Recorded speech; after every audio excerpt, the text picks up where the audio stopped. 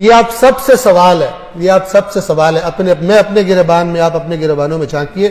میں کہا کرتا ہوں، ایک مثال دیا کرتا ہوں، اگر کوئی آپ کا نان مسلم غیر مسلم دوست بنے اور کہے میں اسلام سے دلچسپی پیدا ہو گئی ہے میرے دل میں اور میں اسلام کو پڑھنا چاہتا ہوں، مجھے کوئی کتاب دو اسلام کو سمجھنے کے لیے، لیکن کتاب ایسی ہو کہ جس کو ہر فرقہ مانتا ہو، کیونکہ مجھے پتا چلا ہے کہ تم لوگ مسلمان فرقوں میں بیٹھے ہو، کتاب ایسی دو کہ جس کو ہر فرقہ مانتا ہو۔ آپ کون سی کتاب دیں گے؟ جی قرآن دیں گے نا، اور کوئی کتاب نہیں ہے۔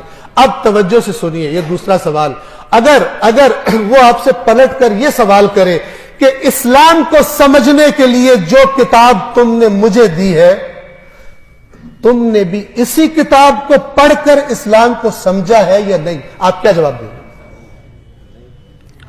بڑے کم ایسے مرد پیدا ہوں گے جو کہے میں نے اپنا دین قرآن پڑھ کے سیکھا۔ یہ بہت بڑا ظلم ہے، یہ بہت بڑا ظلم ہے جس کی شکایت رسول اللہ قیامت کے دن کریں گے، میری امت نے قرآن چھوڑ دیا تھا۔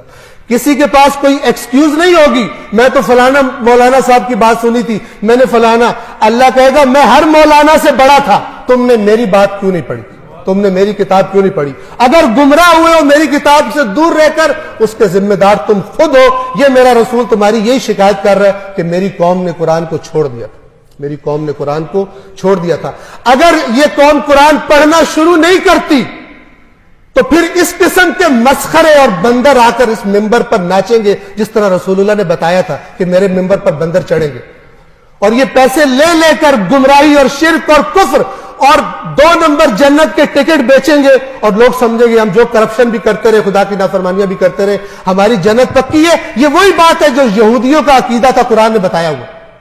کرپٹ تھے، سمجھتے تھے ہم جنت میں جائیں گے، غیر ذمہ دار ہو گئے، رسول اللہ کے منکر ہو گئے، سمجھتے تھے ہم جنت میں جائیں گے۔ خدا را قرآن مجید کو پڑھیے۔ بسم اللہ الرحمن الرحیم، قل هو اللہ احد اللہ الصمد لم یلد ولم یولد ولم یکن له کفوا احد۔ صدق اللہ العلی العظیم۔ والسلام علیکم ورحمۃ اللہ وبرکاتہ۔